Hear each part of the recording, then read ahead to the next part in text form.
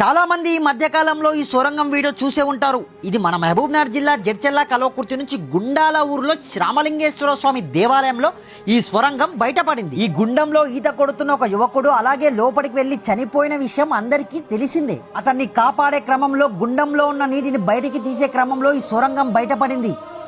ఇక్కడ సొరంగం మెట్ల కింద సహజంగా ఏర్పడిన అమ్మవారి ప్రతిరూపాన్ని మనం చూడవచ్చు.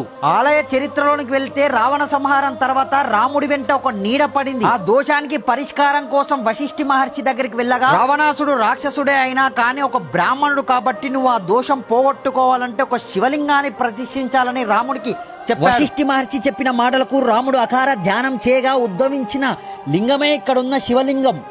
ఆ శివలింగానికి పూజ చేయడానికి నీళ్లు లేకపోవడంతో తన బాణంతో నేలపై కొట్టగా అది 7 గుండాలుగా ఏర్పడి కాశీ నుంచి ఇక్కడికి నీళ్లు వచ్చాయి.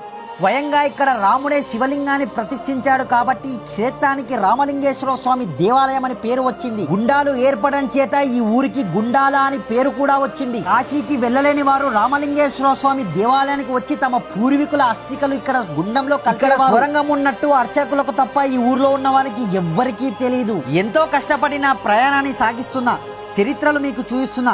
నా వీడియో చాలా మంది చూస్తూ ఉన్నారు కానీ సపోర్ట్ ఎవడు చేయడం లేదన్న. సపోర్ట్ అంటే ఏమీ లేదన్న. నా అకౌంట్ని ఫాలో చేసి సపోర్ట్ చేయండి. మరెన్నో అద్భుతాలు చూపిస్తాను.